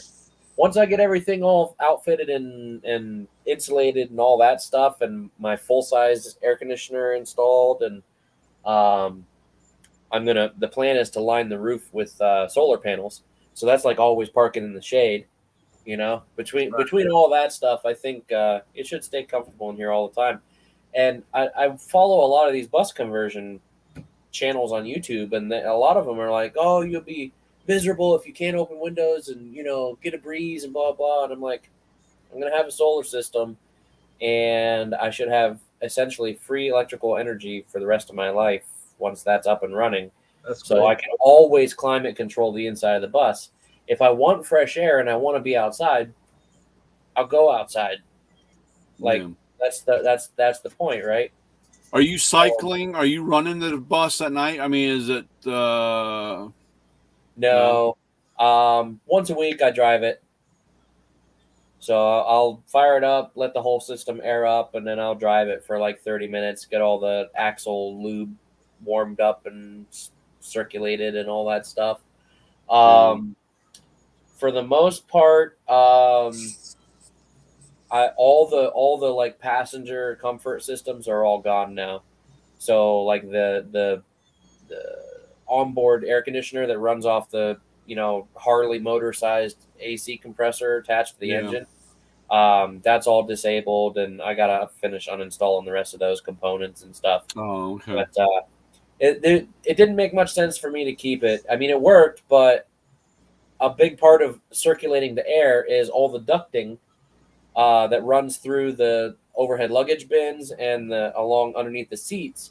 So without all that ducting, it was going to be one massive hole in the floor back here on each side, just spewing, you know, like the bird cages are in the downstairs, and they're like this big. So, I mean, it's moving at least 2,000 CFM of air. Wow. And there's only like 2 or 3 fan speeds. So number one, the bus has to be running for it to even cool any air. And then you can't run the blower motors with the bus off anyway, because it'll draw the batteries down in like 20 minutes. So those are 2 problems. Another problem was the ducting that I'm removing anyway. And then there's a whole bunch of extra room and weight taken up by these systems that are just not going to be, you know, really easy to utilize. And then the final problem is it's huge. The capacity of the system, like my house calls for like a 4-ton AC to cool the entire 1,200 square foot house. The system on the bus is like a 20-ton system. Wow. Because you got to think about it. They got solar load, right? They got the engine heat running onto the floor and all that stuff. And then you're going to cram 60 people in here. So that's 300 BTUs per hour of body heat. Right. And then you stick the whole thing in Phoenix, Arizona. And it needs a serious AC system when it's a passenger bus. Yeah. But with just me in here and mostly heating and cooling air, my energy requirements will be way, way less. Do you have any idea what cap you're going to use? How many ton? I don't know what it's rated in ton, but I'm going to have a 12,000 BTU unit in the front and a 12,000 BTU unit in the back. Okay. Sounds right. That should be fine. Yeah, that'll be way more than plenty. And is this going to be like a what are those things called? Mini split. What are you doing with heat? Mini split. Yeah. What is it like? It's like a reverse heat pump. Is it like a heat pump? Yep. Yeah. Yep. Mini split heat pump is what they're called. So there's lots of brands that sell them. Mr. Cool, Fujitsu, Toshiba. Yeah, in my old tool truck, when the AC unit went out, that's what I had. I had propane and water heat, which was really great because you kick the propane on in the morning, got the chill out of the place, and then you could run on water heat all the whole day. Yeah. And you didn't go through a lot of propane. So I had there was an older guy who had an older truck in the area for a long time, and he had a propane heater for the box in the back, and it was all he had. So he had all kinds of trouble with surface rust on anything that wasn't like chrome or painted, because propane heat puts a lot of moisture in the air. One of the byproducts of the propane combustion process is H2O. So it really raises the humidity level inside your whatever you're heating with propane. You know that, yeah. Unless you have like a forced air heater with propane, right? So you're ducting all of your hot gases through a heat exchanger, and then blowing that out into the room, and you take all of your propane exhaust and you put it outside. That's the only way to keep it dry. My tool truck had a Webasto diesel-fired heater. Oh, yeah. And diesel doesn't produce H2O as a byproduct of combustion. So my tool truck stayed dry all the time. Yeah. It was really nice. Yeah, my new truck, or my newer truck, just has propane. I kind of wish it had the diesel part. I mean, for the thing. Yeah. And I really missed, actually, to be honest, I really missed the water heater. Yeah. That was in that, because like I said, it was real simple. All I had to do was kick it on, and when I got to my first stop, I turned it off. By that time, everything was warm, or everything was heated up. Right. And then I could just maintain off the water heater. And but when my AC unit had gone out, I had thought about getting like the mini split type thing, between heat and water, and just put it where my roof vent was. They had to set out to sit on top. Right. And it wasn't too expensive. It was only, I can't remember. I think it was $600. Yeah. So for the two units I want to get, one for the front, one for the back, they'll be fully independent. So any failure only takes out one unit instead of like a single condenser unit with two heads. Yeah. If you have a condenser fan fail, well, that's your entire heating and cooling system, So I want to build in like redundancies. But the two units are going to be like under $3,000, and they'll do heat and cooling, right? So it works in reverse. You can pump heat out of your structure or into your structure, and the efficiencies that these things are reaching now are absolutely astounding. Yeah. Like if you switch to heating and cooling your home with mini splits, you're essentially printing money. It is crazy. I just watched a YouTube video the other day where a guy goes through the way everything works and why they're so efficient and all that stuff. And they've been very widely used in Europe for over a decade. And for some reason, North America just will not subscribe to the fact that your primary heat isn't a traditional heating source. And his theory in this video was because the energy companies don't want to lose money. Oh, yeah, of course. So if you live in a cold climate where it freezes in the winter, electric baseboard heat, electric forced air, oil-fired or gas-fired forced air, these are all acceptable heating sources for your home. But an electric-powered heat pump to heat your home is not acceptable. So home insurance won't cover your home if that's what you've got. Mortgage companies freak out about it. All this stuff. It's crazy. Yeah, it's kind of funny because in my house I have a traditional oil-fired hot water system, but I put mini splits in back in 2008. Yep. And I kind of did what you did. I said, I could have split them literally And I said, no, I want a dedicated compressor for every room. I put in 6 of them. Yep. People say, oh my God, what are you doing? I'm like, yeah, I know it's a lot of money, but I don't want, if one goes down, I don't want 2 units going down. I want to have everyone independent. So, and we started using, because we had cold spots in the house. And we started using them for the heat, flipping them for the heat. And not only are they more efficient and a better heat than the radiators give, people were saying to me, well, my God, now you got to be losing all that money on the electric. Like, no, you know what? Once these things start up, it's like an air conditioner. You have starting current, there's your draw. And then once it's running, they're very efficient. And now the newer ones are inverter style. They're solid state. So they don't have compressor pumps anymore. Oh, yeah. So you don't have that initial current rush. You don't have that big startup. And I'll tell you this, I didn't really see my electric bill go up. I saw my oil bill go down. Yeah. Definitely. So I'd be curious to know what the what's it called? The SEER rating, SEER. I was just thinking about what the SEER is, and because mine are. I'll tell you because I got the book. Hang on. I was gonna say if yours are from like the 2006 era, I'm gonna guess they're under 20. The ones that I'm probably gonna run on the bus are Fujitsu, which is leading the industry right now in efficiency rating. They're rated on the box at 38 SEER. And in certain climates and weather conditions and blah, blah, blah, blah, they'll exceed that according to the dealer here in town. And it's absolutely incredible. The amount of cooling or heating you get for the amount of electricity you put in, it's darn near breaking physics.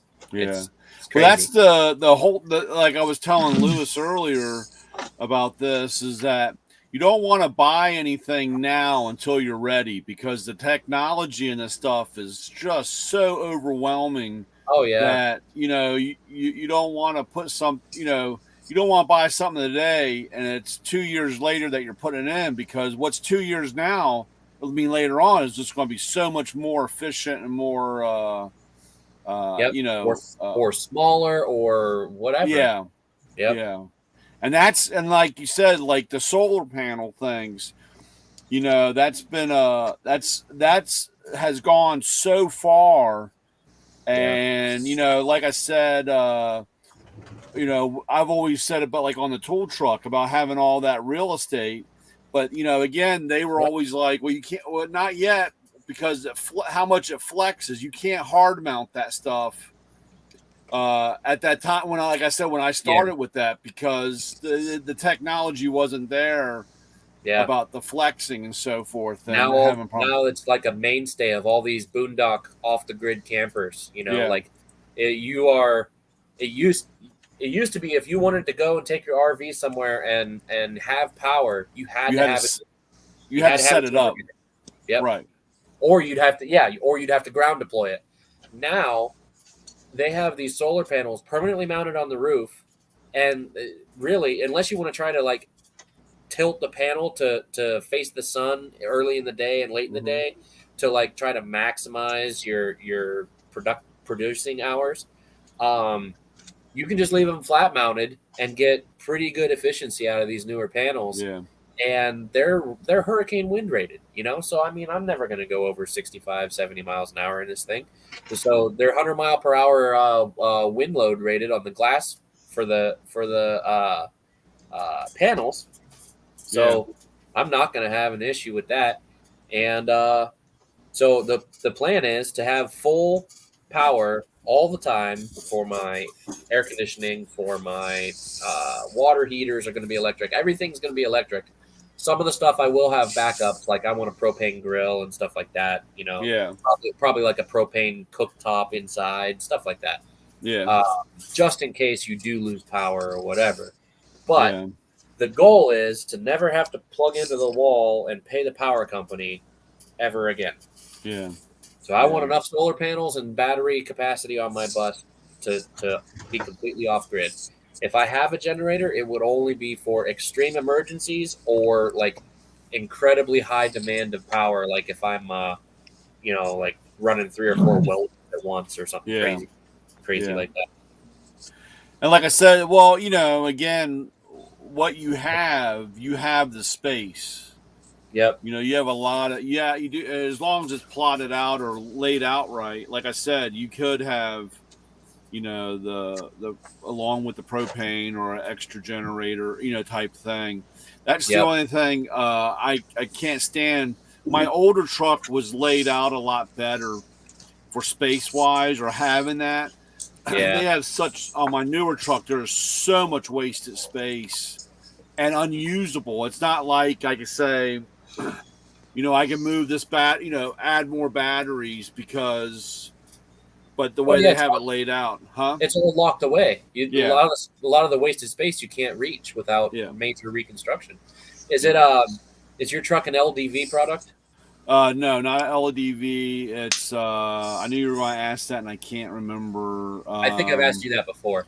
Yeah, it's out there. It's out in Colorado. What is that?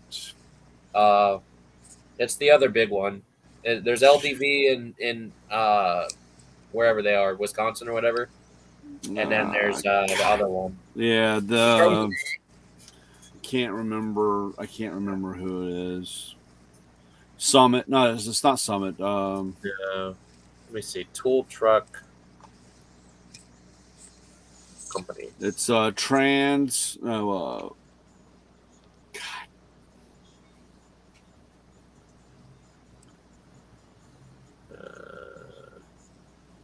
Summit Bodyworks. Yeah, Summit. That's what it is. Yeah.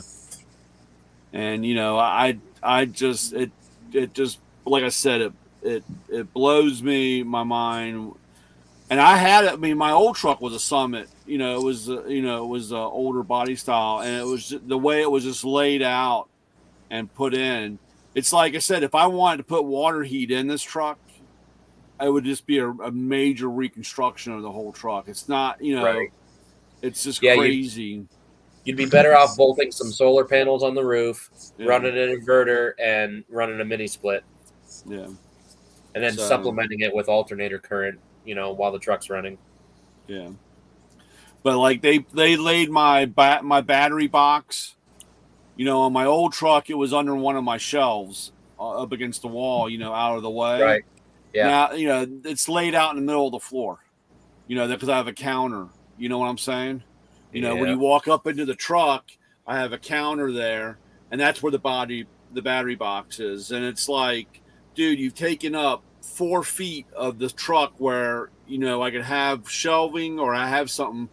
But for me to move all that, there's no, you know, like I said, it's undertaking the whole reconstruction of the whole truck. You know, it's just not like, well, I'll just move it underneath this shelf or, you know, type of thing. It's just a whole reproduction of laying the whole truck out. It's so bad. Yeah. So I think LDV does a little bit better job with layouts. Yeah.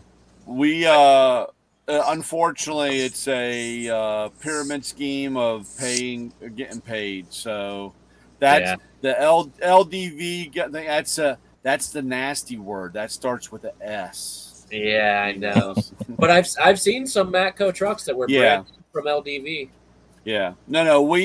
That is one thing. You know, they have their guidelines and specifications, and of course, when you're an older guy and things are written up a little different in your packet, you can get away with a few things, but they don't make it easy for you. You know, it's like me having a bread truck. You know, right? They frown upon that.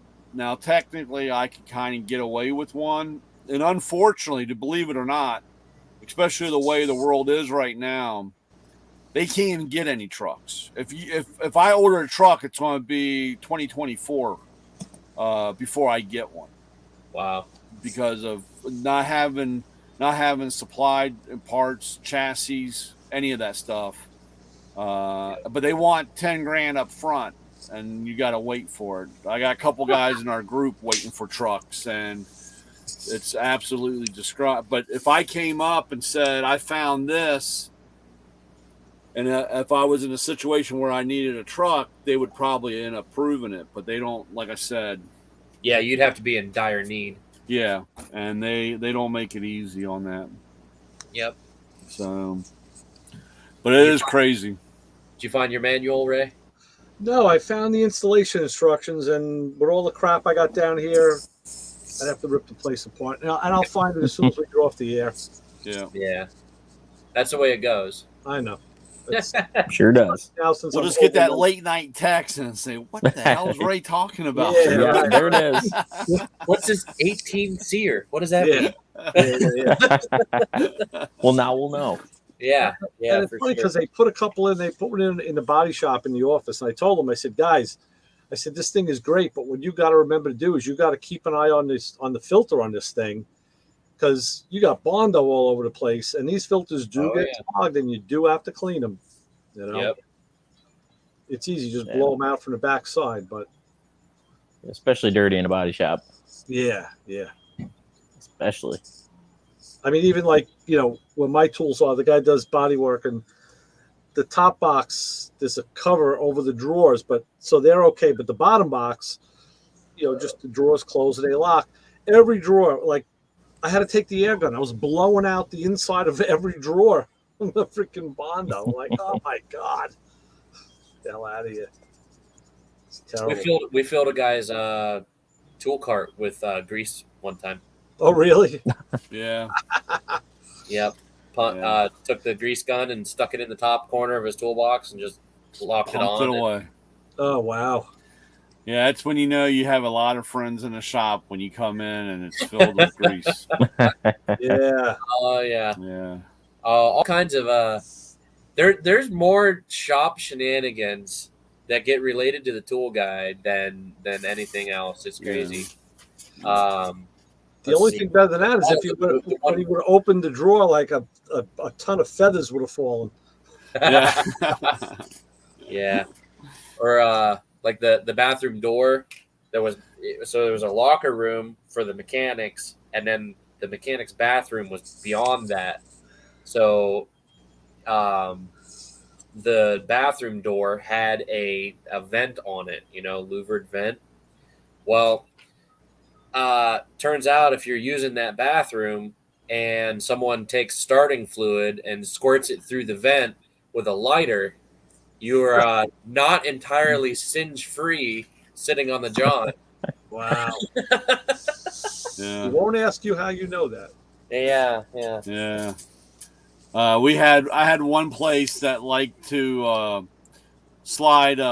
They would take a pack of firecrackers and slide underneath the door while you're in there. Oh, nice. That was always a moving experience. Yeah. We're just helping you out. Yeah. Yeah. I'm done. Oh, the 5-gallon Cheetah tire bead seaters, Yep. They work great for when guys take a nap in their car on their lunch break and oversleep. Well, yeah. I would bet.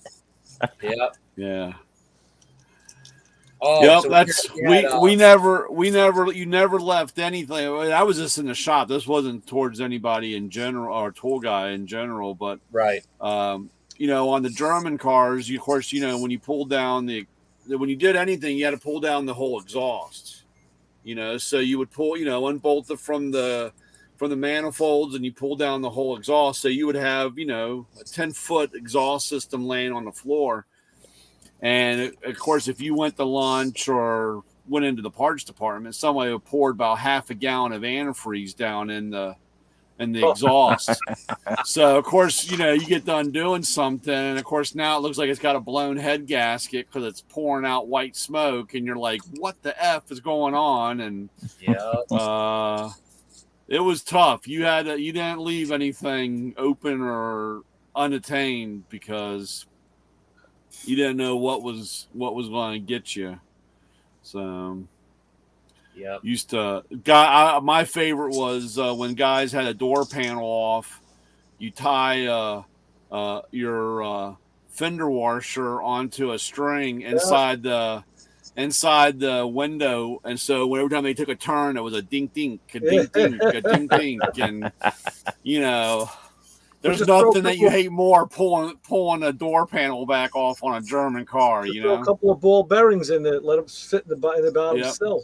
I tell you, the one thing that got me one time, and it wasn't anybody in the shop. It was a customer brought in. He brought in his 911, and he had it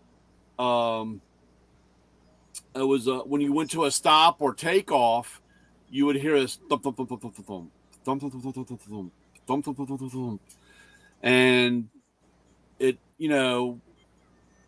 I tore the car apart looking for this noise, and I had gotten to that point where I just said, what could it be?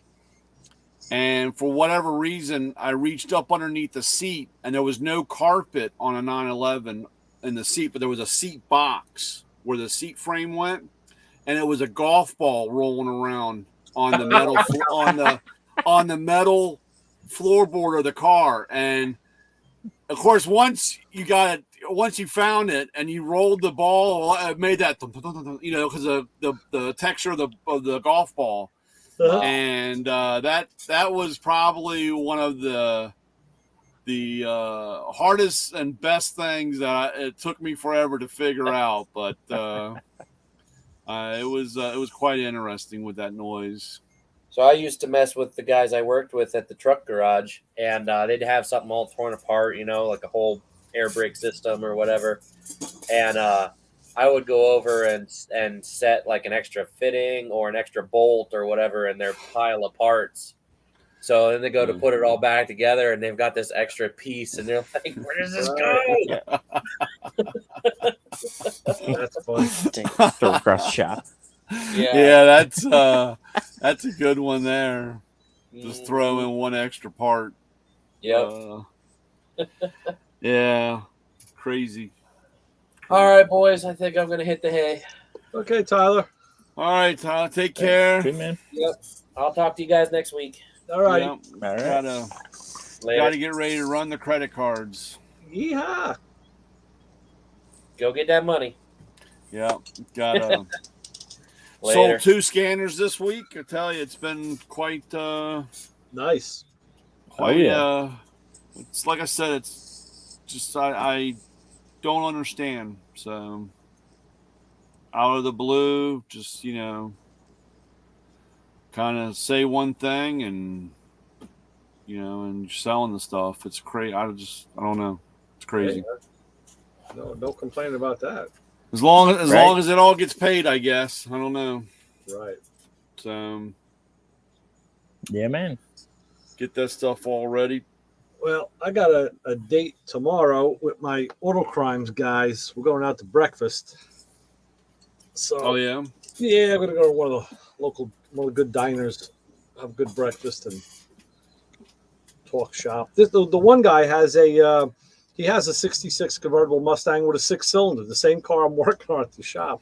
Oh yeah. So he offered to bring it down so I could see the seatbelt placement. But I already told the shop owner, I said, listen, tell this guy he bought the seatbelt bolt kit that are just, fully threaded grade 5 bolts with washers. So he's supposed to have seatbelt bolts with the shoulder on them so that the belt can pivot. I went on the website and found them. I said, tell them to order these. Tell them to get these. Yeah. If we're going to do it, let's do it right. Yeah. So. But Gotta have the right stuff. yeah. And that's you gotta watch those I don't want to really use the word Chinese stuff, but you gotta get the right grade.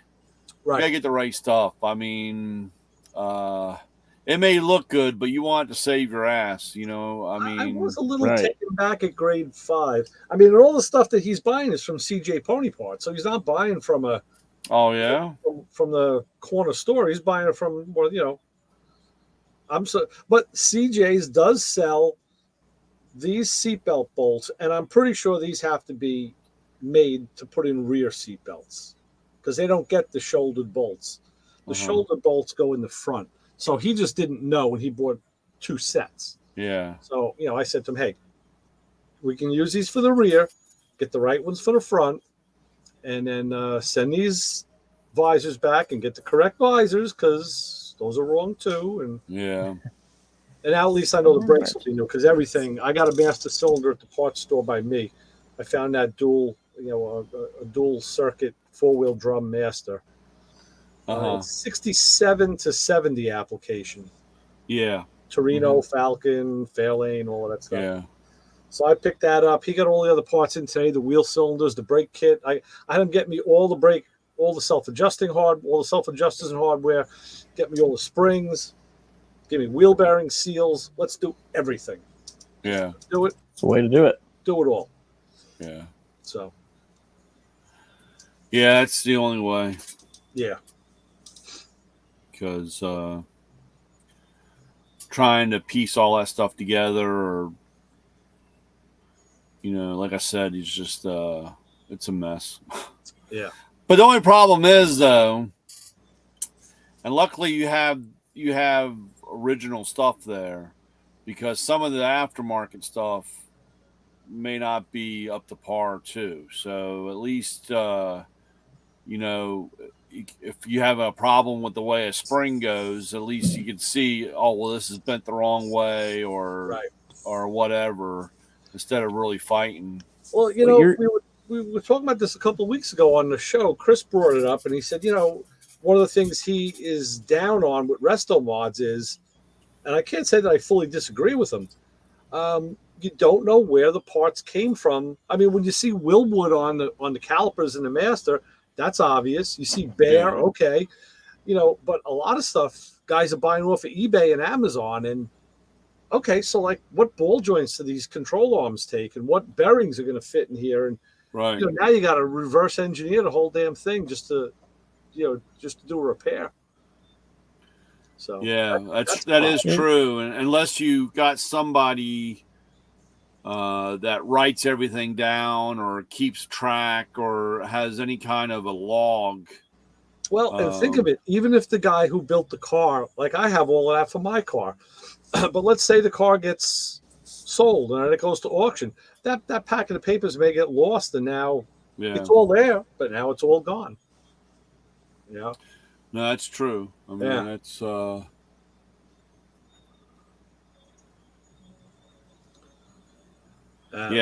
run into problems like that, Justin, where you don't know what parts all the time. How do you handle something like that?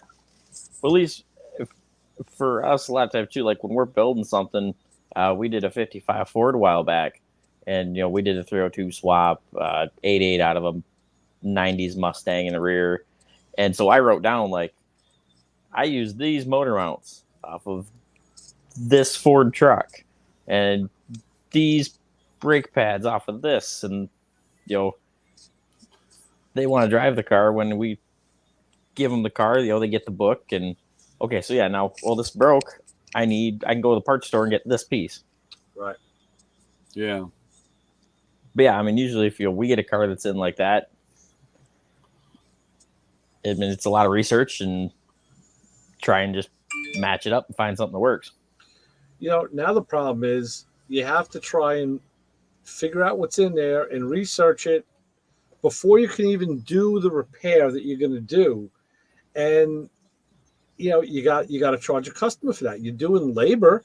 You're not changing parts, but you're doing research labor. And then that delicate balance of, well, okay, how much can you charge a guy? I mean, it's fair for you to get paid, but you give a guy too big of a bill, he's going to say, hey, what the hell did you do here? I just needed my brakes replaced, or right. That's always a problem. Yeah. That fine that balance. is. That's, well, it's like with us a lot too, when doing restorations on certain stuff, there's kind of a line of, okay, there's this bracket that I need to restore, blast it, paint it, whatever. Do I do this, and this X amount of hours costs X amount of dollars, or I can get a new one for much cheaper, but it might not fit. Right. So then I've got hours into modifying this, and just kind of like we're always playing that game of where do you draw that line? Right. Yeah. Because the thing is, you don't know where the pitfall is going to be. It's like, okay, let's go with the new one because it'll save time. We'll bolt it on. And then you get halfway into it, and then something doesn't fit. Now you invested in it. And now you have to go further to make that work, where you would have been better off sticking with the original and just blasting it. So Right. you don't know, Right. And, and then sometimes, you order that $20 part and it works perfect, or you spent 2 hours redoing this piece. That's, a couple $100. Right. One of the first jobs I did for this guy at the shop was a 68 Camaro. It was really nice, convertible. It was a 383 stroker, and I had to do a steering box. But I'm looking at the motor, and I see that the power steering belt was cocked. It wasn't running true in the pulleys. So I said, okay, I could see he used an aftermarket pump. Well, it was a stock pump, and he had aftermarket billet brackets, and they put billet pulleys on everything. I'm like, okay. And all the hardware now was Allen head like cap screws. So first of all, to get drivers in there and all was a pain in the ass. But now to just take the thing apart just to get the spacing right was, if he would have just kept the bolts in there, it would have been easier, But he went with the dress up kit. Yeah. What a pain in the ass. So there's just pitfalls everywhere. Everywhere you turn, there's a way to screw you up. Oh yeah. Yeah. Part of the game. Yeah. Yeah. Very true. Oh well. Yeah, I don't know. Okay, guys. We had enough tonight? Yeah, I guess we've had enough tonight. I gotta double check, make sure I got the scanner all ready. Gotta close out and get ready. Hopefully I can squeeze this other scanner in tomorrow. I normally see the guy Wednesday, but right. If I drive by through, stop off and make another big sale. For a sale like that, you make a special trip. Yeah. Yeah, that's worth it. Yeah. So, and then we're supposed to. I don't know. I saw an email that I got a handful of toolboxes coming. Really? Gotta have a toolbox sale. Got to get rid of these things. Shouldn't I tell you? They're not just sending you toolboxes you didn't ask for, are they? No. I ordered. I mean, I made the mistake. I don't want to say I made a mistake. I ordered them. It was just that the time at the biggest problem I have, Ray, is at the time it sounds great, and you would think that you have okay at this time, and you have I understand there's a reasonable amount of time for them to come, but 14 weeks later, the money situation's changed. Right. And you forgot about, Michael said that in his video last week. He was talking about, I forget what it was that he ordered. And Clay asked him a question. Because, the biggest problem I've had as a new tool dealer is learning the time sequence of when and how to order. He goes, because I would order 2 or 3. He goes, and then everybody wants one. But if I ordered 15, well, first of all, I'm not getting 15. He says, and then, they don't come in, and then they come in 2 months later, but now I'm past that already. He says, ordering is the hardest part of his day, he felt. Yeah, and it is. And even after all this time, there's parts of it that are easier for me, I guess, or, I understand. And like I said, you're okay, well, this is a decent deal, and I could do this, or I can plan that. And then, of course, it's okay, I'm waiting. And I'm okay, well, I need to have, you just can't have plan A and plan B. You got to have, a C, D, E, F in there. And that just ties up so much money because you don't know how it's going to fall out or how it's going to go. And I'm well, dude, 14 weeks ago, I had no problem having 6 toolboxes coming. Yeah. Now I had a little bit of a problem because they, that didn't come about. I've ordered, 3 scanners, and I've ordered, AC whatever, machine. huh? Maybe an AC machine, and I've ordered this stuff, and now it's like, yeah, because while that order is waiting, life goes on, and people need different things. Things come up, and so again, like I said, just it's tough and it's crazy, and a lot of guys, or of course, you get the guy that says, "Well, I like to see what this looks like," and I'm like, right. I need to have, we're talking $500, $600, $800 tool, and it's just not as easy to say, okay, we want to see what it looks like, and then not move it. That's like Michael was saying. He had a box on his truck. I don't know if it was new or if he repoed it. It looked very nice. He says a guy came on a truck as soon as I got it, and he wanted it. He goes, and every week that's he just wanted that box, but it was like he had to wait. He says then he finally started putting paperwork through, and every way they tried getting financing failed. Yeah. So it finally came through, but he says, this took like the better part of 2 months to put this deal together. Right. Because he wanted it right away. He goes, and I wanted to sell it to him right away, but I couldn't. He goes, so that was another thing that's frustrating. Yeah. So I've had, there's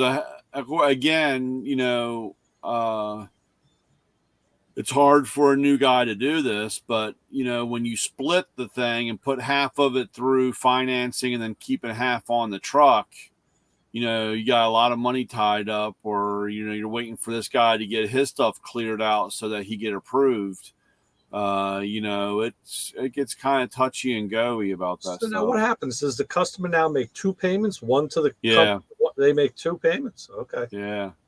And, that's fine and dandy when the money's good, but, and a lot of times they'll say, well, of course they have the finance department, or, through Mako financing, which is tied to their credit, being reported, so you're kind of like, I got to pay them first before I can pay you. And I said, well, that's not what we talked about. I got to pay bills just as much as everybody else. And you kind of get, then you got to, well, what's the benefit? What's the benefit or detraction to a customer for splitting it like that? Well, a lot of times when you split it like that is because he wasn't approved for all of it. Okay. Let's just say, not knowing what Michael's deal was, but like I said, let's say the box was $9,000, but he was only approved for $6,000. Well, you could write it up and do 6 on the financing, and then the other 3 or the other 4 or whatever it is, 9,000, the rest of it on the truck account, if you want to carry that high of a truck account. So the guy's got to make his $40 payment to Mako, and then he wants to make a $40 payment also, but he's only $3,000 or $4,000. You're really tying your money up, and you got to be careful. And usually, how long does it take you to pay that off? It takes forever.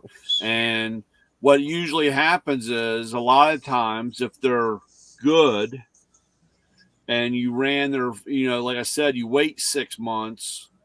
Usually I wait 2 quarters. I usually will wait 3 months or 6 months, and you rerun them. He might be approved for X amount of money, so then you can roll over the rest of it and have it all on Mako. Usually what happens, though, is when they get approved like that, then because they got approved, their credit rating is at a certain point. So then they start taking on other things. They start getting, approval for this credit card or that credit card or this. So then they rack themselves all up and they kill themselves. They don't get that additional approval later on because they've now stretched themselves out. And you're like, dude, we were supposed to do this in 6 months and take care. And then you're kind of stuck with this guy and hoping that he's not going to disappear on you. And you got $4,000 or whatever, $3,000 sitting on a truck. Is the interest rate the same on the truck account as no?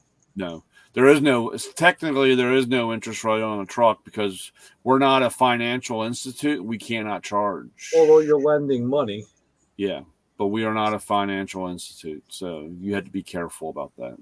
So why the hell would you ever want to give a guy $3,000? Because you want this, because you want to sell, and this is where guys make a mistake. And this is, well, we're buddies. Remember, you're supposed to be. We're friends. You remember how much you liked me 10 minutes ago? All right, so let me ask you this: at what point, after you got all your Matto uniforms and dress shirts, did they send you the halo that went with that? Because man, that's why, like I said, there's a lot of stuff there, and I'm not gonna lie, I got a lot of guys that owe me a lot of money. So that's why you're out at Harbor Freight on a Sunday morning. That's why, like I said, when things turn south or when things get a little shitty, see. Yeah, but now this is great because now when you retire, you got to go up and you got to borrow Justin's Lincoln, and you put on a pinstripe suit. You drive around, you get yourself one of these, and you get that Tommy gun, and now you go to the you pull up in that. They see that car pull up with the tinted windows. They'd be like, "All right, I'll give you money." The sunglasses and the whole deal. Yeah, that's it. They'll just give it right up. Get a couple shoulder harnesses. That like I said, a lot of guys, it's hard, and a lot of guys, that's why I always tell them, you have to go with your gut. You have to go with your what you feel. And some guys can let it roll. Like I said, I'm nowhere near being a big dog and playing. I'm not, but like I said, I do have a few guys. And this is after many years of dealing with them. We're pretty good on the same page. Yeah. I will admit, sometimes you're shocked or surprised when they do roll out. And then the only thing I do have to say, over the 20 years, my percentage of loss is.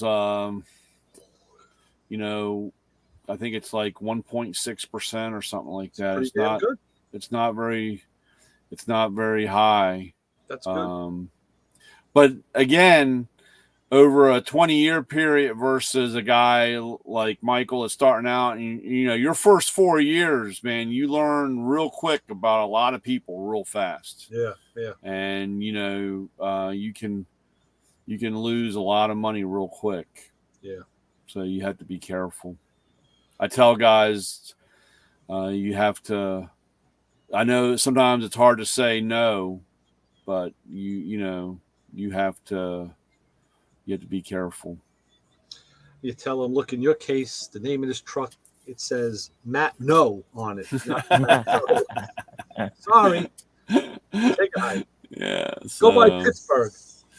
Yeah, but yeah, it's interesting. Definitely an interesting part of it. Yeah. So, all right. Well, I'm going to think about an interesting breakfast in a few hours with these boys. I'm sure I'll have all sorts of good stories to tell. Good food, good stories. Oh, that's it. Yeah. And it's great. We have nowhere to go. You're just kind of hanging out. It's like, how long you want to stay? Yeah, stay out. How long you want to stay? It's all right. And end up having lunch. You never know. You never know is right. That's very true. Went to Chili's with my wife the other day. We had to run around. We had to go to Walmart. We had to go to Lowe's and somewhere else. There was a third store we went to. And we were right up by Chili's. She goes, hey, I just got a notification on my phone. They're having you can get chips with free guac. You want to go to Chili's for lunch? I go, okay, let's go. Fine. Yeah. That's cool. Good by me. There you go. So, yeah. Okay. All right, guys. For Lewis Lee, Ray Guarino, Justin, that's Metco Man, Brian. We swung and missed at Tom Sarmento tonight. I'll find out maybe tomorrow what happened. I don't know. Maybe we'll get him next week. Yeah. Which one of you fellas want to take us out for tonight? It's all Justin. All right. Like I say, you can follow us on social media, but don't follow us home. We might be driving a 68 Charger. Orange. Orange. Or a gang. Yeah, no flag though. Come on, we got to be politically correct. All right, fellas. Let me end the All right, guys. I'll talk to you guys soon and see you again See ya. next week. Be safe. Be careful. Yep.